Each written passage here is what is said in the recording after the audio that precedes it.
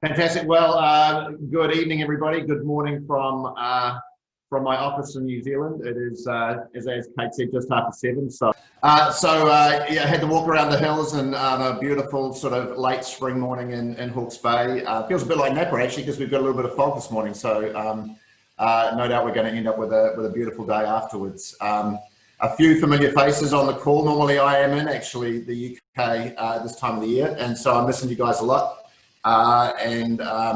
It feels towards the end of this crazy year, you don't know what it's going to turn up next. But yeah, certainly the UK pilgrimage at the end of October, early November for me is a very regular part of my year. So it's a little bit different for us at the moment. But yeah, so great to see some familiar faces. I see there's a little bit more facial hair and long hair, so seems to be a common side effect of lockdown throughout the world these days. But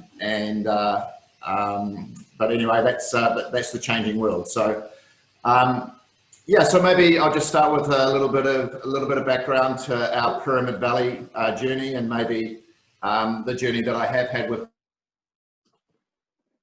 world. So I first met Brian in 2012 when he was in New Zealand with a bunch of his friends celebrating a friend's 50th birthday. He was probably late 30s at that time. Brian's a very successful tech entrepreneur out of Austin, Texas. Probably the most un-Texan Texan you'll ever see. He's more like a Kiwi, really. Big lover of New Zealand. Big environmental philanthropist. He has a very strong belief in protecting endangered species globally, so he's invested a lot of his own money in that space, including here in New Zealand. And a really true wine guy. He's probably got the best Burgundy, white Burgundy cellar certainly that I've seen anywhere in whatever house of his you're in. So we drink some extremely good wine. He's a wine lover and a seller of wine that actually drinks the wine, not trades it. So we've shared a bunch of great bottles together. But we first met in 2012, met again in 2015 as I was finishing at Craigie, and he just said, "Look, I'd love to do something in New Zealand with wine. And, you know, I'm not sure what you're going to do, but if you want to do something, let's see if we can do it together." And it was really interesting that I worked out pretty quickly that we shared a lot of the same values as people. I mean, he was seriously wealthy and I wasn't, so that was the biggest difference we had. But apart from everything else, he's a great lover of music, a great lover of sport. He's got a very relaxed way of looking at life, but he loves doing great things in life. Great family man and a big lover of nature. So, you know, when I thought about this and thought about what Brian loved, which is his great love of the Burgundy grape varieties, Pinot and Chardonnay, and looked at what we thought New Zealand's opportunity might be, and it was very firmly in that Pinot Noir and Chardonnay space, and a real opportunity as he saw it as Burgundy gets more and more expensive, and the great challenges that Burgundy has now with warming temperatures and climate change. You know, what is the opportunity for New Zealand? And we sort of decided that the real opportunity was based around finding these genuinely cool climate sites for Pinot, where the vines were already planted, already proven themselves, but with an opportunity to plant more on the same property, and already had an established brand sitting alongside it. So that was the simple idea, was to see if we could find a couple of fantastic sites where our great love of, and certainly Brian's great love of Pinot and Chardonnay, and my great love of New Zealand Pinot and Chardonnay could be expressed through these sites. So right at the top of that was the main game. The starting game was also, as many of you who know me know, that I love the great vineyards of New Zealand. So we started the Smith and Chef Crew brand, which is basically a collection of great vineyards that I've known for 30 years, making some wines from mostly Hawke's Bay and a little bit from Marlborough. But the journey with respect to finding the properties really started in 2015 and through until 2016. And right at the top of that list was Pyramid Valley. And the really interesting thing about Pyramid Valley, I've been there for the first time in 2007. And it's one of those places that totally captures you, because it's not necessarily because it's beautiful, but there's something about the property that just feels incredible. And the area has an incredible History from a nature point of view, it was home to the largest collection of moa birds, which are our largest flightless bird in New Zealand. This amazing forest, it was actually a sunken lake originally, the Pyramid Valley, before it was lifted out of the ocean and into the land. And then it is, with all of that, had these incredible soils, which is the true combination of limestone and clay. You know, a lot of winemakers love this idea of talking about limestone, but really the key thing here is when you get clay with the limestone, you end up with a very, very special combination. And then on top of that, this is a genuinely cool site. So the North Canterbury property for Pyramid Valley is genuinely cool. It is just over 1,000 growing degree days a year. So it is cooler than most parts of Burgundy and about this, and just slightly warmer than Champagne. So it's genuinely cool, and this is a classic example in New Zealand about being in these cool places where the quality of our light has a really significant impact in being able to ripen grapes when you're on the edge. So this high UV light in a genuinely cool environment with a lot of sunshine. I sort of describe the North Canterbury sunshine as bristling sunshine. If you've been in Hawke's Bay or that, feels like a much warmer, much sort of dense sort of warmth. Whereas in North Canterbury, it's this bristling sunshine and these amazing limestone clay soils. So, and this amazingly beautiful property. I mean, when you look on the website, you can see the photographs. It just captures you. So when we first saw the property in 2015, Mike and Claudia Wessing, who founded it, were looking at their future. Mike's father had unfortunately passed away, who was the major funder of Pyramid Valley. And Mike himself was having challenges with health, and they were just looking at what their future may be. And it probably took us about 18 months to convince them that we were the right person to purchase the property, because, and I'd have to say, we wouldn't have been able to purchase it without Brian, because Brian's great environmental love sort of linked very much with the Wessing's great love of nature and the natural approach to winemaking. And they wanted to make sure that if they were to sell the property, they were going to hand it on to somebody that shared the same values. The amazing thing about Pyramid Valley is that and to be honest, the wine quality coming out of the estate was often very variable. And not just with the wines from the North Canterbury property, but the other growers' collection wines that they made. But yet you'd travel around the world and people still knew it and loved it. And I got to understand that the main reason for the variability was the way that Mike was thinking about things in any particular vintage. And during the later years of his control, he became very deep into the natural wine movement and the philosophical parts of that. And it meant that the wines sometimes were a little hit and miss. But the amazing thing was, when you got one of the wines from that property that was in its right space, it blew you away, and you weren't quite sure why. It just tasted like it came from nowhere else. So that was the cornerstone of our decision to purchase the Pyramid Valley property. It's only had 2.2 hectares of vineyard, but about another 15 hectares of the Inati Whenua, I call it, which is the exceptional lands or the Grand Cru slopes to plant. So for us, it was perfect. I think it's so the 4 wines that have been made off the property, the Chardonnay and Pinot, I think the Chardonnay is the strongest suit. So that was our Chardonnay estate really for Pyramid Valley. And then at the same time, we were looking in Central Otago and was able to purchase the Loburn Ferry property, which is sort of this below the radar Pinot producer. And we're going to try one of the wines from that property today. In the Loburn area, just north of Cromwell on the western side of Lake Dunstan. It's an ancient piece of land that was used by the Chinese gold miners to grow their vegetables. And they did that because the soil was so incredible. And that property has had 150 years worth of sensitive agriculture on it. And because of that sensitive agriculture, the quality of the soil has actually gone up.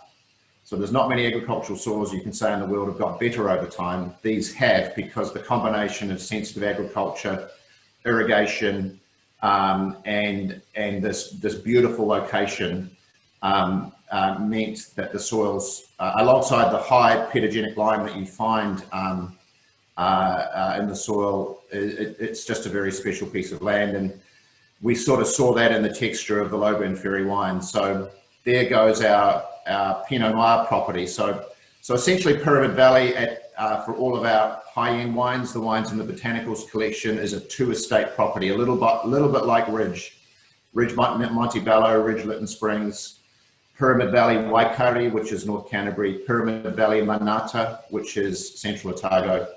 And those wines will form the basis of the Botanicals collection wines, and also contribute to the other series of wines that we're trying today. So we've owned the two properties entirely for almost 3 years now. The 2018 vintage was our first vintage in control at Pyramid, although Mike was still around. The other thing that we did at Pyramid is that, for those of you who know the brand, there was a bunch of wines that sat below the Botanicals collection called the Growers Collection. And that was wines, a lot of Rieslings, a lot of blends, Semillons, Chenin's, Cabernet Francs, from all over New Zealand. We decided that really what we wanted to do with Pyramid is to give it a very strong North Canterbury and Central Otago focus. So we discontinued the Grower Collection wines, and the wines you have in front of you today are called the Appellation Collection, which is essentially a collection of wines from the appellations of North Canterbury and Central Otago. Some of the fruit and some of the wines from the estates that we own, but other parcels from really good grower blocks. And the first release of these wines, the Appellation Collection wines, are the wines you have in front of you, which are the Chardonnay and two Pinots from 2018, Pinot and the orange wine from 2019, and the Sauvignon from 2019. So that's a bit of background to Pyramid. One of the things that people, it's interesting when we were taking over the vineyards and the winemaking, and that people expected to, I guess, to see a really significant change in the way that the wines were made. Well, actually, that's not the case. What we've done is taken the approach that Mike and Claudia had, which was all about nature. And so the biodynamic and organic growing philosophy that they've had in the vineyards continues. And in fact, the Manata property is being converted to biodynamics right now. The use of natural yeast continue. The use of no additives, essentially, apart from time to time the addition of acid, and the use of low levels of sulfur totally continues. What we've done, though, is taken an approach where we need to take more control of that winemaking process, just from a technical and understanding point of view. So, the winery at Pyramid was very ramshackle. There was no destemmer, a press that was extremely old, no temperature control on fermentations, no temperature control barrel cellar. So for us, it's about giving us the resources to be able to make wines naturally, and give that winemaking process the respect it deserves in terms of sorting tables, great destemmer, really good press, great control of temperature, an environment that is right for these sort of wines. So philosophically, there hasn't been any change, except as humans, we've been able to invest a bit more in the winery. So that's maybe a little stopping point. Has anyone got any questions at this stage, Kate, or are we? No, nothing yet. Steve, we're all quiet. I think everyone's in. Okay, great. Well, I guess it's 6:15 at your time, so you'll be ready for a drink. So I guess we should get into it, right? Okay, so the first wine that we should try is the Pyramid Valley. So the label, I think you guys don't have the beautiful bottles in front of you and the labels, etc. So this is the Appellation Collection label, and you'll see that it bears a little resemblance to the first Growers Collection label, where we've taken the piece of artwork, botanical artwork that formed that label, and taken a shoot of grapevine to make the centerpiece of it, and just made Pyramid Valley a little stronger on the label. So it's very simple, really classic. Pyramid Valley has never made a Sauvignon Blanc. Has made Semillon and all sorts of other white wines, but never made Sauvignon. And we thought a lot about what we should be doing with Sauvignon for Pyramid, and we thought if we're going to do it, there should be two things we should maybe look at. One is North Canterbury, because in fact the largest planted grape variety in Waipara is Sauvignon Blanc. So there was a number of parcels of Sauvignon Blanc around and other winemakers' properties that we were able to source. And we thought, well, if we're going to make it, we have to adhere to the philosophies of Pyramid, which is organic production. In this case, it's organic in conversion, the use of natural yeasts, and relatively low use of sulfur, and no additives apart from a small amount of acidity if we need to. This wine certainly didn't need that. It's called Sauvignon Plus because it's a different take on Sauvignon. It's all North Canterbury Sauvignon, but parcels of this fruit have been fermented in barrel, parcels have been fermented on skins. And there is a small amount of Riesling and Pinot Gris in this wine because those are the white varieties of North Canterbury. And those two varieties actually add to the blend, be it in very small levels. So.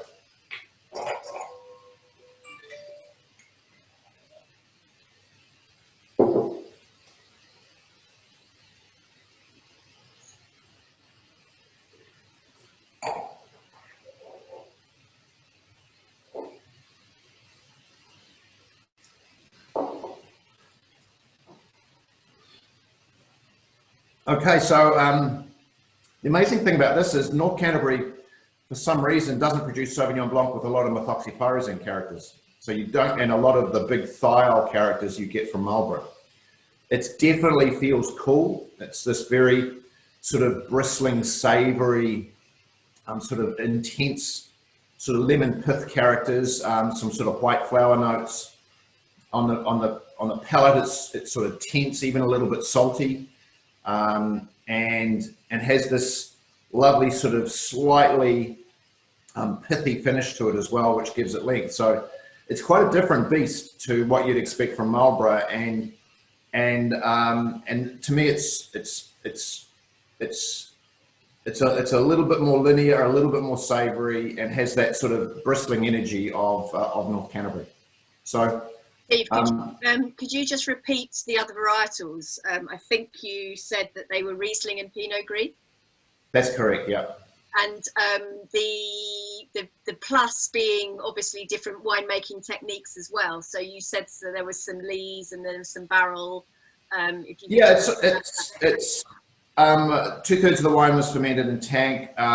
There was some skins ferment in amphora. And some barrel fermentation in old oak. So from two parcels of vineyard, one on the limestone clay soils of Waipara on the eastern side of Waipara, and then the other from a glacial gravel soil and at the base of the hills on the western side of Waipara. And we've just used plus because we just wanted to signify that it's different, right? Yeah, yeah. And this wine and the orange wine are both from the 19 vintage. The last three wines are from the 18. So are there, being such a cool site, there must be vintage differences. And there's been one question. Hi, Alistair. What are the percentages? Can you give the percentages of Riesling, Pinot Gris, and Sauvignon in that wine? It's very small amounts of Pinot Gris and Riesling, so it would be 3 to 5% of both of those. So well over 95. Well, it'll be over 90% Sauvignon in total. I should know those numbers off the top of my head, but I don't sort of think about it too much because I know that it's between 85 and 90% Sauvignon, and the Riesling Pinot Gris percentage will change depending on the year. I don't think we will get much vintage variation actually, because Waipara, these two vineyards are still, so these aren't from our estate, which is sitting at 1,000 growing degree days. These are from Waipara, which sit at between 12 and 1,300 growing degree days. The biggest variation you have in Waipara tends to be yield because of quite dramatic flowering or spring conditions. So that's the yield issue that is probably the bigger one. And we made a small parcel of Sauvignon in 2018 from one of these vineyards that we didn't bottle. because we got hold of the vineyard too late in the season. And one of the things that you do need to do to make sure that you get ripeness is the canopy management is really important. And this even exposure of the fruit to sunshine is really important to make sure that you get the ripeness. I'll try. So yeah, we didn't bottle the 18 component, and so this is the first. No. Great, thanks. Sorry to interrupt. I interrupted your flow. No, that's okay. Yeah, but we've had a great response in New Zealand to this. I mean, there's obviously a lot of Sauvignon in New Zealand, but certainly on premise, which our on premise is fully open, thankfully, which is great. Certainly, they have been looking for something a little bit beyond Marlborough. So the sort of saltiness of this is something that they really, the savouriness and saltiness is something they really love.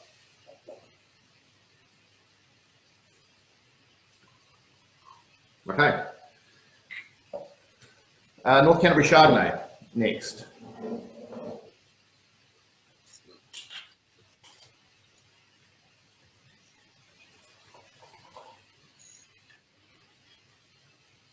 So the Pyramid Valley, the Sauvignon Blanc was filtered before bottling. All of the other wines have not been filtered at all, and some of you may well be with the Chardonnay, because it was such a small volume. Towards some of the bottles show a slight cloudiness from that lack of filtration, depending on where you have the bottle from in the bottling run. But so you may see that, you may not. So this is Pyramid Valley's first North Canterbury Chardonnay. This is from in 2018. It's from a single vineyard on the gravelly Glasnevin gravel soils, which is on the flat plains of Waipara. So one of the warmer parts of Waipara, and certainly with the gravelly soils, the lower, bigger soils. We took this vineyard over about halfway through the season, which was good. And this was a very small production. We only made about 400 cases of this wine in 2018. And it was made by the 2018 wines were from a winemaking point of view, were very much a hybrid. Lynette Hudson looked after the vintage for us, who's ex-Pegasus Bay at Pyramid, alongside Mike Weersing and myself, and then Hugh Kinch, who is our winemaker at Pyramid now from Escarpment. He turned up in June 2018, so he finished the wine. So there's been a lot of hands in these 2018 wines. So winemaking wise, mostly old oak. Some of the parcels were fruit stomped. We are all a big fan of some of the sort of pithy characters you can get from close to the skin in Chardonnay. So certainly from the cool areas of the country. So hence not all of it was simply whole bunch pressed. There was a little bit of foot stomping before pressing. Old barrels. One of the big changes we've made at Pyramid is that the Chardonnays used to be fermented in amphorae. We now ferment them in barrel. We don't ferment them in an amphorae. We feel for Chardonnay it's just too oxidative. Winemaking wise, all wild yeast. Just to give you an idea about how dramatic the climate can be in Pyramid Valley, 4 days after we picked these grapes, it snowed. So it wasn't as if it was that late in the season, but you can get these weather events come through that can be pretty amazing. So we had to quickly find a way to warm the cellar up, which we managed to do. And so fermentation, all wild yeast, 100% Malo, stays in barrel to this year till just after the following harvest, and then bottled without fining or filtration. Presumably you said old oak. I'm assuming that it's French. Yeah, all French. There might have been 1 or 2 new barrels in this as we just moved but the big thing about Pyramid is the oak influence in these wines is not significant at all, and that will continue.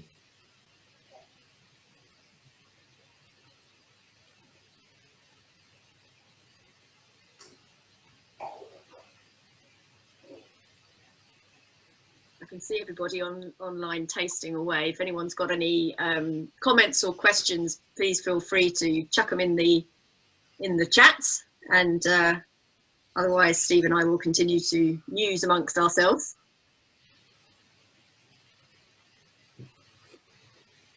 So the thing I really love about this wine is that it has this sort of linear tension to it without being overtly fruity, and without having the big influence of the richness of fruit you can often find in New Zealand.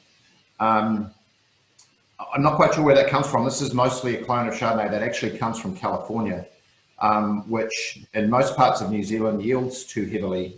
So we haven't been able to get a good read on its wine quality, but in Waipara it doesn't, because of the more dramatic flowering conditions in the springtime. Yeah, it has a much more of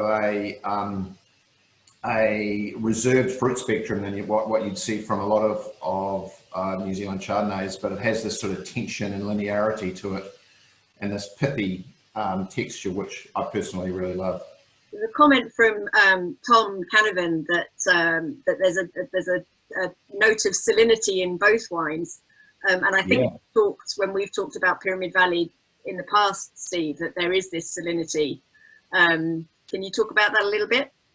Yeah, it really is something we're starting to see, and I don't quite know where it's coming from, because the interesting thing is we also make a small parcel of Sauvignon from Sam Weaver's Churton vineyard, the biodynamic vineyard in Marlborough, and that is fermented at the Pyramid Valley property.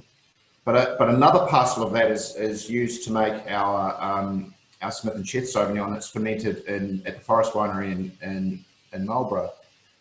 The parcel that was fermented in the Pyramid Valley property had a salty character. It didn't have at the Forest Winery. And they were made with wild yeast. It was really amazing.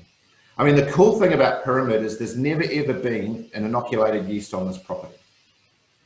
There's never been a commercial yeast on it. It's been biodynamic for 20 years. As far as we can tell, it's been an organic farm. So the farmer that had it beforehand did not practice modern agriculture with the wide use of herbicides and that. So this environment has been pretty special for a number of years. And my personal view is that the biology of an estate becomes incredibly important from a yeast and microbiology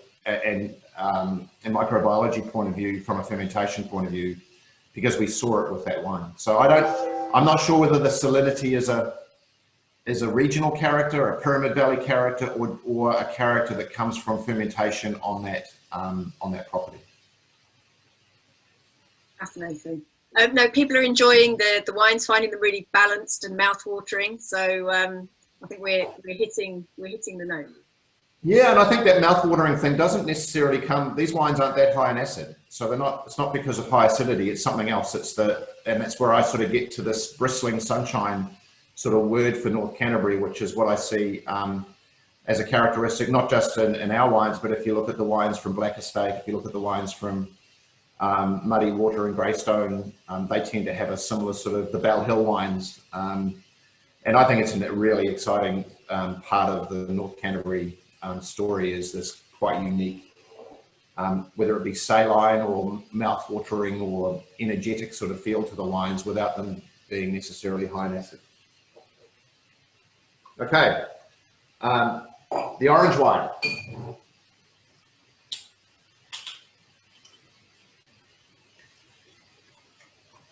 So Pyramid Valley's been making orange wine for quite a long time, from a number of different sources, mostly from Marlborough and mostly from a collection of Pinot Gris and Riesling and bits and pieces. But it's always been part of the Pyramid story because of Mike's great love of the natural wine movement.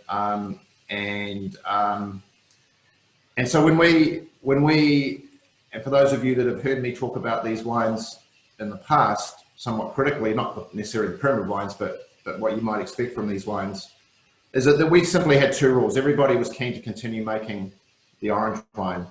But when I talked to Hugh, I said there's two rules. One rule is if I smell this wine and see a very obvious fault, we're not going to make it, because wine's not about being faulty.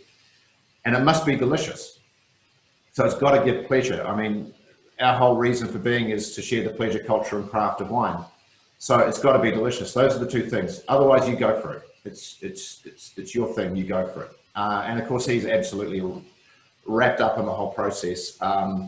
So this may be the one, and I've never done the transfer of wine with the orange wine to a little test tube to send it out. So this has got obviously very low sulfur in it and all that sort of stuff. So I'm hoping that it is passed that test well. It's been a very, very popular wine for us. We're down to the last 6 bottles in our cellar, one of which I'm opening today to taste this with you. So, so winemaking wise, it comes from a biodynamic property in Waipara, Bellbird Springs, which have Pinot Gris, Gewürztraminer, and a little bit of Muscat, that were picked in 2 parcels in 2019. One with a shorter term skin contact of about fermentation of about 6 or 8 weeks, one a bit longer of about 3 months, put together in barrel and then bottled in February, as I remember it, maybe just before Christmas actually. And it is, I mean, I think Hugh's done a fantastic job. It smells like wine. It smells this wonderful sort of cinnamon sort of character, which you often get certainly when you're using these. I mean, I think those grape varieties, certainly Gewürztraminer and Pinot Gris, are the best grape varieties because they have the phenolics in the skins that are the right phenolics to give you character, to give you the right protection from an oxidation point of view.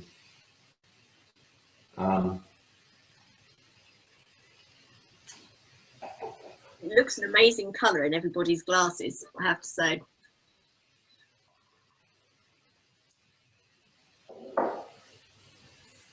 Yeah.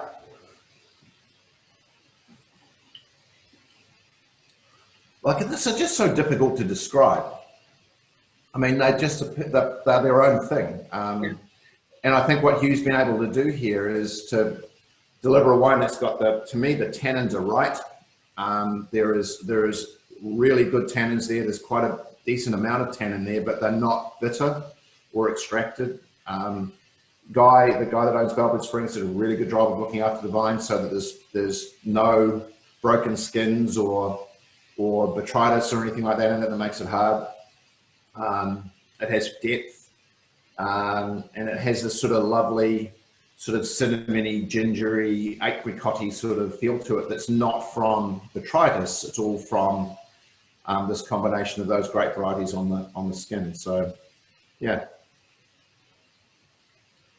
Had you made orange wines before you did this? Have you experimented with it before? Been highly critical of them. No. Yeah. And I think it's, you know, there's no reason why you can't make wines like that like this that are delicious and are not faulty. You just got to have somebody that believes in it and loves it and looks after the wine properly. I have no time for these wines that show all of these faults and actually don't deliver the pleasure that you need to have. So, I mean, I get criticized all over for that sort of comment, but that's how I see it. And there's no reason, you know, this wine shows that you don't have to accept those sort of things in this wine. We're getting comments about really interesting texturally, big grip, but then softens out, and then bitter orange, almost a Negroni character coming through on the wine. So I think if people like these style of wines, these orange wines, then sounds like you hit the nail on the head. Yeah, it's interesting. I mean, they are going to be love or hated wines. It's interesting. We've got here in the middle of Hadlock North, we have a little our little urban cellar door during the day, and at night it turns into a wine lounge from wines from all over the world. And this wine and the Smith & Cheth Albarino are the 2 most popular wines in that wine bar. People love them. So it's consumers, you know, they when you look at it, they love the story behind them and they love all those things. So I think they're certainly a valid part of the Pyramid Valley story. There's no doubt about that. I think Hugh's shown what you can do with it. Yeah. Okay.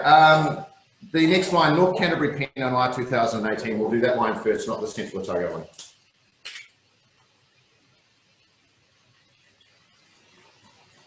So again, this is This is the first North Canterbury Pinot that hasn't come from the home block at Pyramid Valley.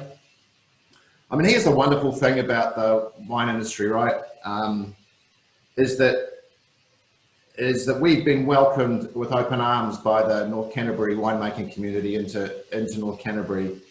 And with the Sauvignon, with this wine, with the orange wine, all of those grapes come from other winemakers' vineyards. And they're willing to for us to have these vineyards for a long time. So we are, and it's not as if they've given us the ones at the bottom of the heap, they've shared some of their grapefruit with us. So we're deeply appreciative of the North Canterbury wine community. It's pretty special. This is from a parcel of 3 vineyards, mostly from that vineyard that produced the Chardonnay, so the gravelly one, and then tiny parcels from the Bellbed Spring vineyard and from the another vineyard on the slopes just beside Blanc estate.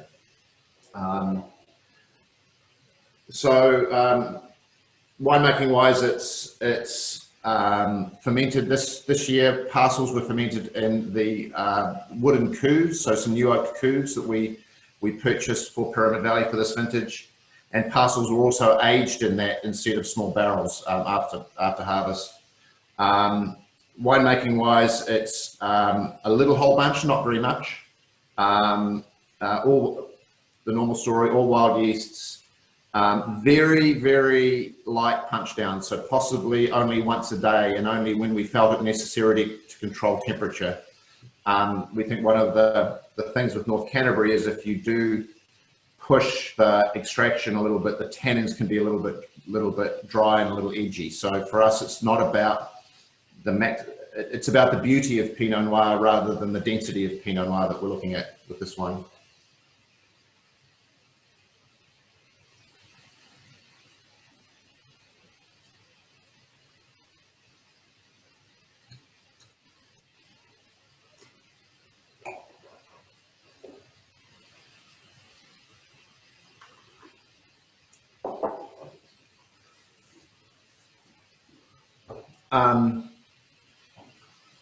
I love this very red fruited floral perfumed nose to it. It's not trying to be the dark brooding black cherry or sort of savory element. It's really, really lifted aromatically, but sort of beautiful in its look,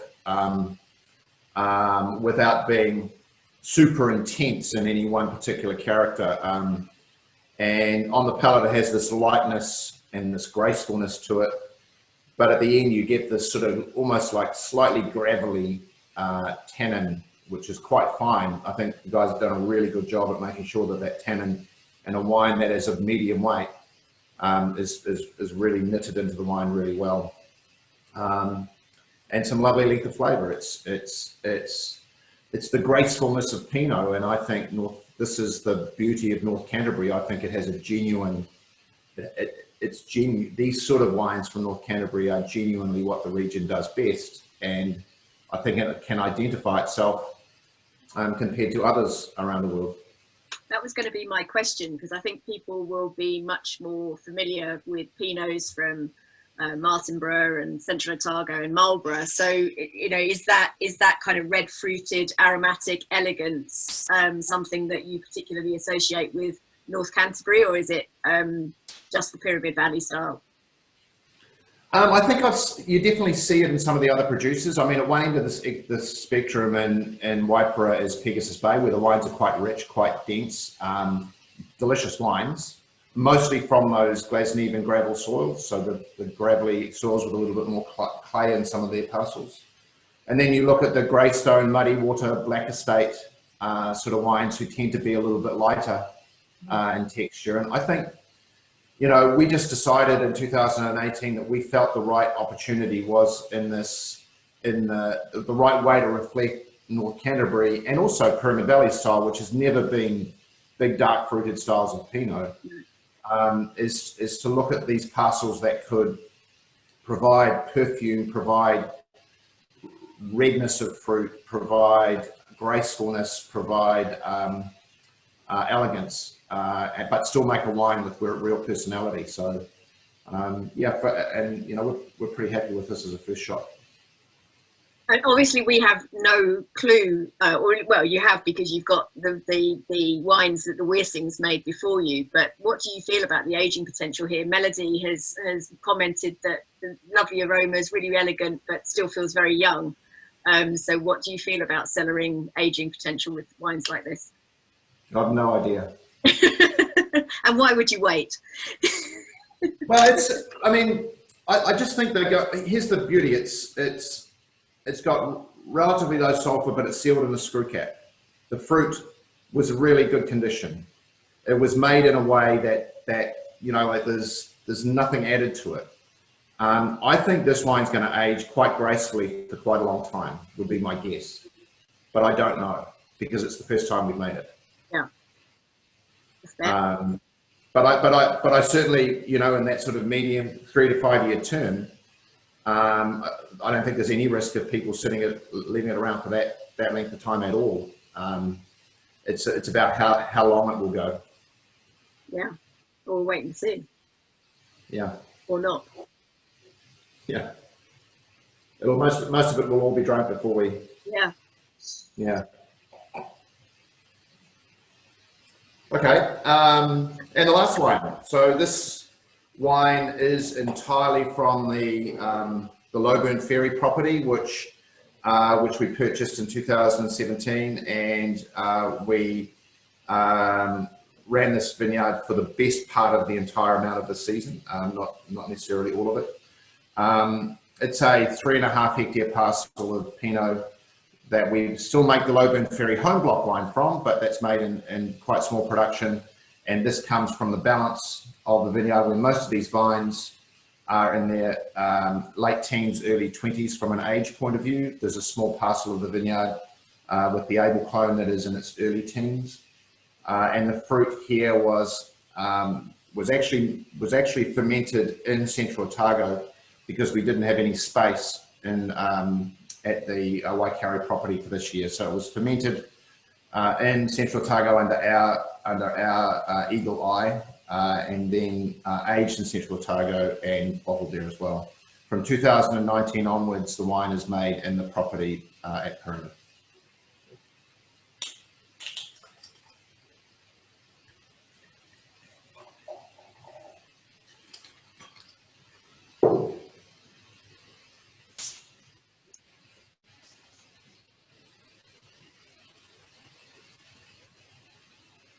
So I think the first thing you'll notice, again, from a winemaking point of view for us, it is not the deep dark black cherry color that you'd find from a lot of Central Otago Pinot.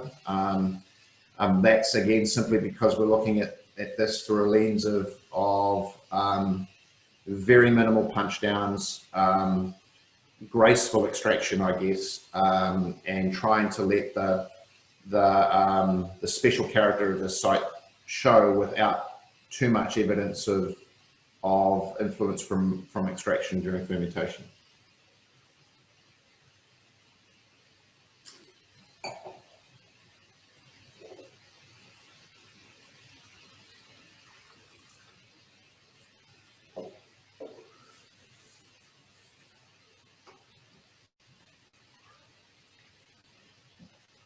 The thing that's interesting, that when we were looking for this property in Central Otago, the thing that's become very apparent to me is that a lot of the great properties for Central Otago Pinot actually have soils that are not that stony. And for those of you that know me, I'm a big lover of rocks and soil. Whereas in Central Otago, because it's so dry, it seems to me that the best parcels are those parcels where you actually have really soils with really quite a lot of good soil, and often this pedogenic lime, which is pedogenic lime that forms in this dry, arid environment where the calcium is actually being sort of leached out of the soil and forms these little granules of calcium through the soil profile. And it almost looks like the grittiness you get in Manchego cheese when you see those calcium components come out of that. when you do a saw pit here, you see it. And sometimes those can be quite big. So I've seen some fist-sized parcels of that in this vineyard. And the really cool thing about this vineyard, we have soil pHs here that are pushing 8, which is really unusual in New Zealand. And that's not because of anything that's been added to it. It is naturally high in pH. And why the hell it is, I don't know. But it seems to me when you walk into this vineyard, there's a slightly different feel to it. With the Logan Ferry wines, and then this is the second vintage we've made of this wine, you do tend to see a sort of silkiness of texture, and the relationship between tannin and acid seems to be quite knitted together. And I wonder if it's those soils that have got a bit more organic matter in them, this pedogenic lime in them, and not too many stones. So there's comments that the wine tastes noticeably darker than the North Canterbury, North Canterbury Pinot, but not as dark as I'm making bunny ears, central Pinot that you would normally have. So it's obviously that Pyramid Valley style of being lighter again. Yeah, I think there's definitely the influence of us in this is there, that's for sure. And I think, Central Otago will always be darker because of that intensity of UV light that you have in Central Otago, particularly combined with the low humidity and dryness. So you will always have high UV light. We don't put a lot of this fruit in direct sunlight, so we make sure so from a viticultural point of view, we're making sure that the grapes ripen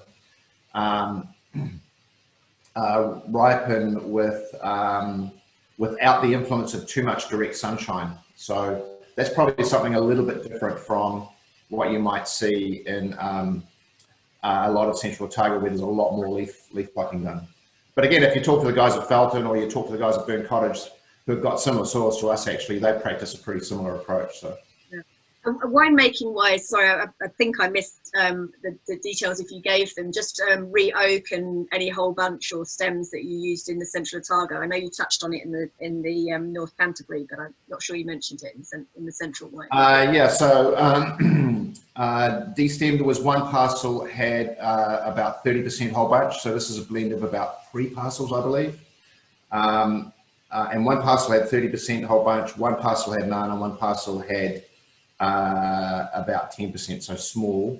The difference here, though, really is that this 3.5 hectare vineyard has about 7 different parcels of grapes within the vineyard, and a lot of that's related to either rootstock or clone. So the bigger impact is, for example, the whole bunch component of this would have been the UCD5 clone, which is a really lovely dark fruited clone that actually likes some of the impact with stems around the savory character that you can get. So it's about matching up that approach to the different parcels.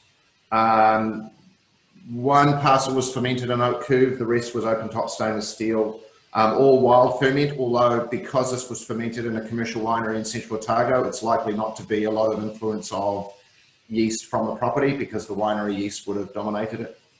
The 7-7-7 approach, 7 days cold soak, 7 days ferment, 7 days post ferment, into barrel. A little bit more new oak here, sitting at around 25 to 30% new oak, which I think suits Central Otago more than what you'd find in North Canterbury. And the wine was bottled in March just before vintage. Again, low and no sulfur, on lees right through its élevage, and sulfur added just before bottling in March. To the point of the wild yeast, I've got a question, which is, if you're making the 2019 back at the Pyramid Valley property in North Canterbury, have you tasted the difference? Is there a difference? Well, it's sort of hard to know because we're also going through biodynamic conversion here. So this is the first year of it. So we're not quite sure whether the difference is due to the biodynamic conversion on the property at Manata or whether it's due to the vintage, because the 19 and the 3 vintages we've had in Central have been quite different. And as you go through that conversion, the vines change in architecture quite significantly. So it's a little bit too hard to tell, but I would imagine some sort of influence. It wouldn't surprise me if we started to see some of that sort of saline-y sort of character that we're seeing in the other wines from Pyramid impact on this wine as we go through. But it's going to be sort of hard to tell because we've also got new vineyards coming through that will crop for the first time this year. And you know, while I'm a great lover of old vines, we made some bloody good Pinots at Craigie off young vines. So and we're in the process of actually building the new winery at Pyramid at the moment, which will where all these wines will be fermented in Nico Velo concrete tanks. So I think there's going to be so much going on to try and understand exactly what's happening there, as I'm not sure, but there'll be all sorts of different things, I think. Fantastic. Well, if anybody has any comments, we've got to the end of the 5 wines. Thank you so much, Steve. Lots of nice comments coming in that people have enjoyed the tasting.